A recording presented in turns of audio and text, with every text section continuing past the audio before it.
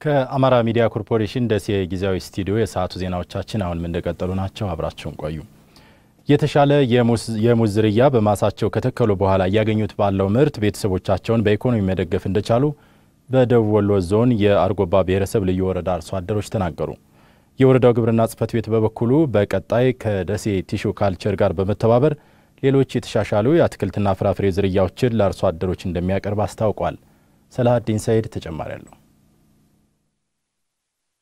በአርጎባ ብሔረሰብ ልዩ ወረዳ የሚገኙ አርሶ አደሮች የሙዝ ችግኝን የሚተክሉት ማሳቸውን ከጎርፍ አደጋ ለመከላከል ነበር። አሁን ግን የወረዳው ግብርና ጽሕፈት ቤት ከደሴ ቲሹ ካልቸር ጋር በመተባበር ያቀረበውን የተሻሻለ የሙዝ ዝርያ ከተከሉ በኋላ ከፍተኛ ምርት እያገኙ መሆናቸውን አርሶ አደሮች ተናግረዋል። የ07 ጎበራ ቀበሌ ነዋሪ የሆነው አርሶ አደር አብዱሌ ዲማ የተሻሻለውን የሙዝ ዝርያ ከተከለ በኋላ ራሱንና ቤተሰቡን መለወጥ እንደቻለ ይገልጻል።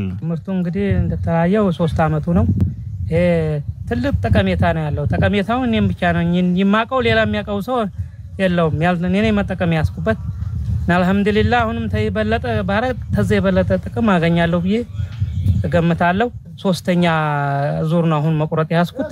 ኮምቦልሻ ይሄጄ 9 ጋት ይሄጄ ለማስተዋወቅ እዛ ሸጪ 5000 ብር ቆጥሬ በኪሴ እየመጣሁ ለምንድነው ለማወቅ ፈልጌ ነው። እንኳን ለነፍሴ እንኳን ለልጆች አይደለም ጎረቤቶችን እያስደሳሁኝ ተነፍሴ በላይ እንዳው ሊያሁን ሌላ ነው ማሰብ ያስኩት። ሌላኛው ወጣት አርሶ አደር አህመድ ኑር የተሻሻለውን የሙዝ ዝርያ በማሳው ላይ ከተከለ በኋላ የተሻለ ጥቅም እያገኘ መሆኑን ይናገራል። ሙዝ ልማት ላይ ነው ገባው። ይሄው አሁንስ ዛሬ ያን ረጃጅም የሙዝ ነው ብርም ተከለ። አሁን ግን ግብርና መጥቶል ረጃጅም ሙዝ ይሄው በደንብ አርገን በብዛት ምርት መጠቀም ይዘናል።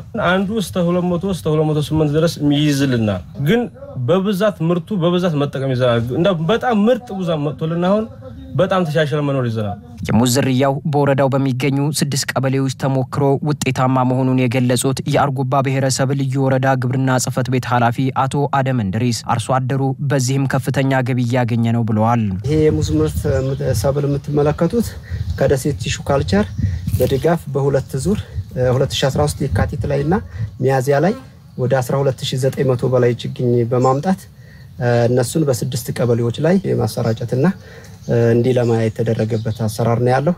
አሁን ላይ እንደምናየው ይሄ 2 ጊዜ እና 3 ጊዜ ምርት እየሰጠ ያለ ነው። ካሁን በፊት አርሶ አደሩ ሙዝን የሚጠቀመው ከጎርፍ ለመከላከል የሚሰጡት ነው። ይሄ በጀርባ የምትመለከቱት ረጃጅሙ ተክል ያንን ነበር የሚጠቀሙት እንጂ ኢኮኖሚካሊ ተጠቀምበታል ብሎ አልነበረም። አሁን ላይ ግን ይሄንን የተሻሻለ የሙዝ ችግኝ አምጥተን በማስተዋወቃችን አርሶ አደሩ ከፍተኛ ገቢ ያገኝበት ያለ ነው። አርሶ አደሩ የገበያ ትስስር የተፈጠረለት በመሆኑ ያመረተውን የሙዝ ምርት በቀላሉ ለገበያ እያቀረበ መሆኑን ኃላፊው ተናግረዋል። ይሄንን ለምሳሌ ብንመለከት አንዱን ጋት ቆርጠው ዙሁ ማሳቸው ላይ መተው ሴቶች በ2000 ብርና ከ2000 ብር በላይ ነው የሚሸጡት ማለት ነው። ስለዚህ የገበያ ዲማንዱ ራሱ ከፍተኛ በመሆኑ እየተሸጠዋለው ብሎ ስጋት የለም። በከፍተኛ ሁኔታ ሴቶች የሥራ ዕድል የተፈጠረበት ሁኔታ አለ። ቀጥታ ሴቶች ይመጣሉ ማሳ ላይ ነው መተው የሚረከቡት ማለት ነው። በቀጣይ የተሻሻሉ የአናናስና የስኳር ድንች ዝርያዎችን ከደሴ ቲሹ ካልቸር ጋር ለአርሶ አደሩ በማቅረብ የአትክልትና ፍራፍሬ ምርታማነትን ለማሳደግ መታቀዱን አቶ አደም እንድሪስ ተናግረዋል።